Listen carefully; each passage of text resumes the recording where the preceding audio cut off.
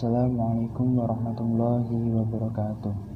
Di sini saya akan menjelaskan bimbingan dan konseling.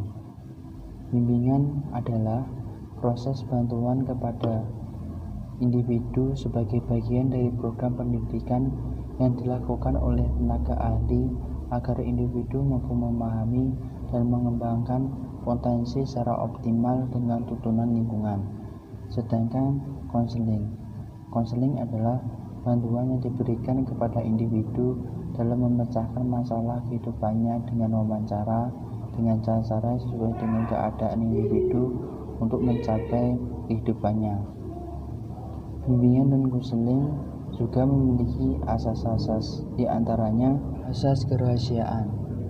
Asas kerahasiaan yaitu asas yang menuntut dirahasiakannya segenap data dan keterangan peserta didik yang menjadi sasaran layanan, yaitu data atau keterangan yang tidak boleh dan tidak layak diketahui orang lain.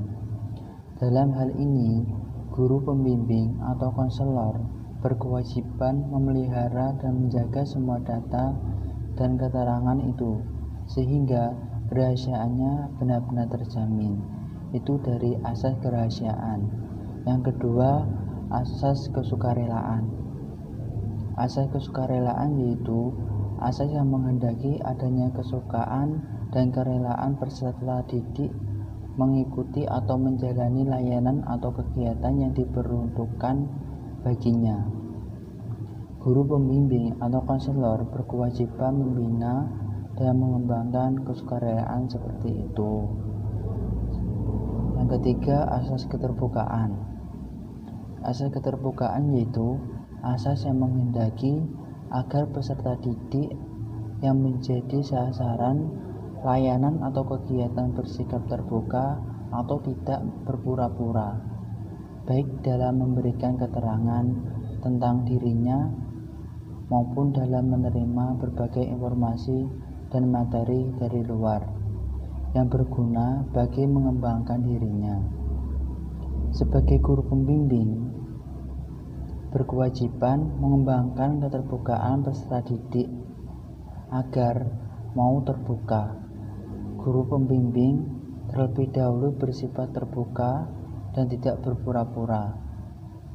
Asas terbukaan ini berkaitan erat dengan asas kerahasiaan dan kesukarelaan. Yang keempat, asas kegiatan. Asas kegiatan yaitu asas yang menghendaki agar peserta didik atau klien yang menjadi sasaran layanan yang dapat berpartisipasi aktif di dalam penyelenggaraan kegiatan bimbingan.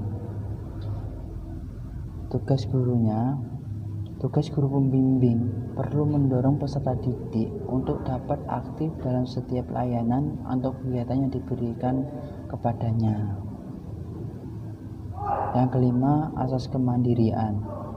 Asas kemandirian yaitu asas yang menunjukkan pada tujuan umum bimbingan dan konseling, yaitu peserta didik sebagai sasaran layanan atau kegiatan bimbingan dan konseling diharapkan menjadi individu yang mandiri dengan ciri-ciri mengenal diri sendiri dan lingkungannya, maupun mengambil keputusan, mengarahkan, serta mewujudkan diri sendiri.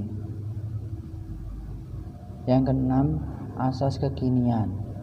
Asas kekinian yaitu asas yang menghendaki agar objek sasaran layanan bimbingan dan konseling yakni permasalahan yang dihadapi peserta didik dalam kondisi masa lampau dan masa depan dilihat sebagai dampak dan memiliki keterkaitan dengan apa yang ada dan dibuat peserta didik pada saat sekarang.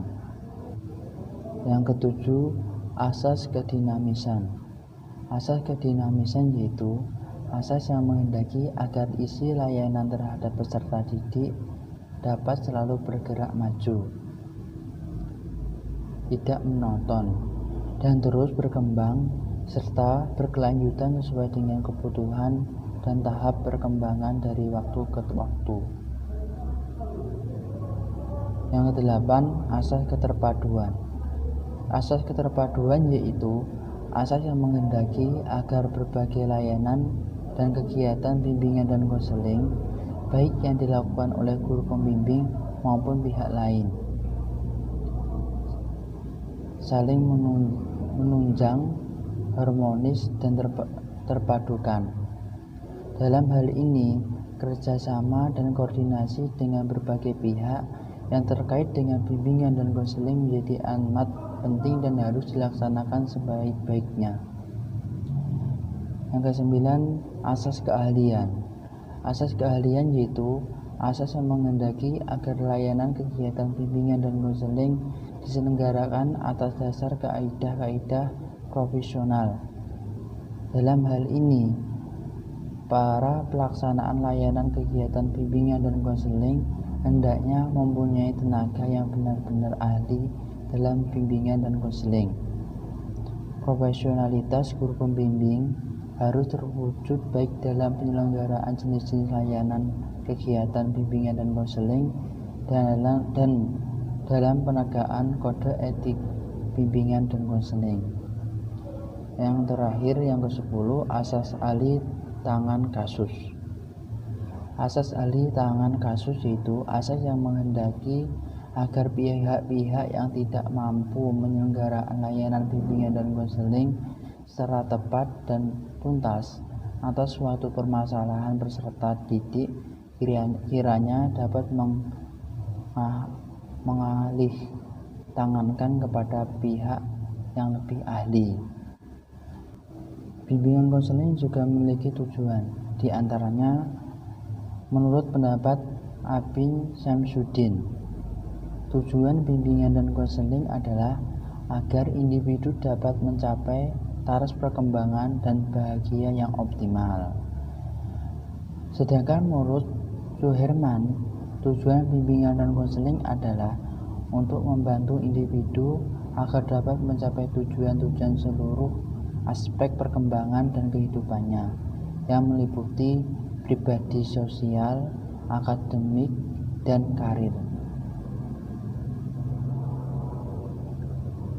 Fungsi dari bimbingan dan konseling diantaranya fungsi pemahaman.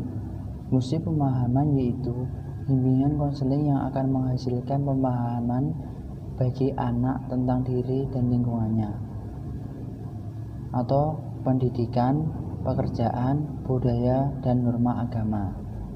Fungsi pencegahan. Fungsi pencegahan yaitu fungsi bimbingan konseling dalam upaya mencegah anak agar tidak menemui permasalahan yang dapat mengganggu, menghambat, atau menimbulkan kesulitan dalam proses perkembangannya. Fungsi perbaikan diri dan penyembuhan.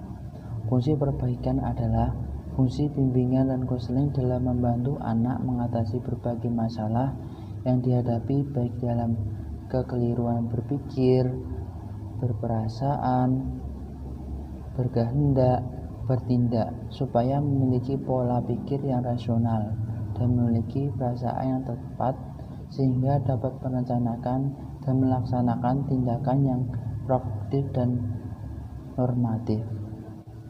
Fungsi pemeliharaan. Fungsi pemeliharaan yaitu fungsi bimbingan konseling dalam membantu anak supaya dapat menjaga kondisi pribadi yang sehat, normal, dan mempertahankan situasi kondusif yang telah tercipta dalam dirinya. Fungsi pengembangan. Fungsi pengembangan yaitu fungsi bimbingan dan konseling dalam mengembangkan seluruh potensi dan kekuatan yang dimiliki anak. Fungsi penyaluran. Fungsi penyaluran merupakan fungsi bimbingan konseling dalam membantu anak untuk memilih dan memantapkan penguasaan pendidikan, pekerjaan, dan karir masa depan, termasuk juga memiliki program peminatan yang sesuai dengan bakat, minat, keahlian, dan ciri-ciri kepribadiannya. Fungsi penyesuaian. Fungsi penyesuaian yaitu fungsi bimbingan konseling membantu konseling agar dapat menyesuaikan diri sendiri dan dengan lingkungannya secara optimal. Fungsi adaptasi. Fungsi adaptasi yaitu fungsi bimbingan dan konseling dalam membantu staf sekolah untuk mengadaptasikan program pengajaran dengan minat, kemampuan, serta kebutuhan anak. Fungsi fasilitas. Fungsi fasilitas adalah memberikan kemudahan kepada konseling dalam mencapai pertumbuhan dan perkembangan yang optimal, serasi, selaras, dan seimbang pada seluruh aspek kepribadiannya. Fungsi advokasi. Fungsi advokasi yaitu fungsi bimbingan konseling dalam membantu konseling berupa pembelaan terhadap hal-hal konseling yang mengalami perlakuan diskriminatif. Itu saja yang dapat saya sampaikan. Kurang lebihnya saya meminta maaf. Wassalamualaikum warahmatullahi wabarakatuh.